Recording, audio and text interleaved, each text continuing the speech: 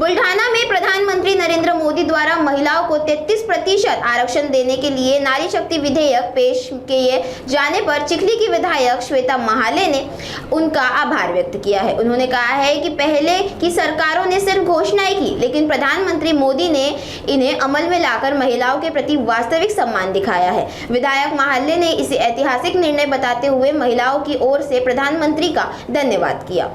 भारताचं असं सर्वोच्च सभागृह, संसद भवन आणि प्रत्येक राज्याचं विधिमंडळ हे एक कायदेमंडळ म्हणून काम करते।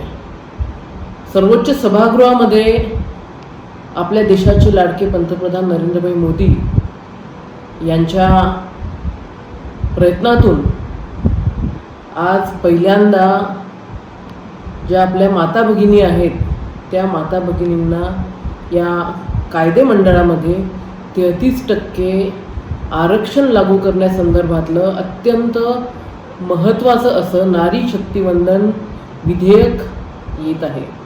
आणि या नारी शक्ती विधेयकाच्या माध्यमातून आमच्या माता भगिनी ह्या आज संसदेमध्ये जाणार आहेत, विधिमंडळामध्ये जाणार आहेत। खरं तर मी सर्वप्रथम मोदीजींचे या महाराष्ट्रातील तमाम माता भगिनींच्या वतीने खूप खूप अभिनंदन करते, त्यांचे आभारसुद्धा व्यक्त करते।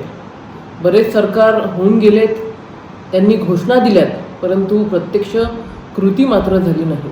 आज मोदीजींनी प्रत्यक्ष कृतीमधून महिलांप्रती असलेला आपला आदर सन्मान हा दाखवून दिलेला आहे।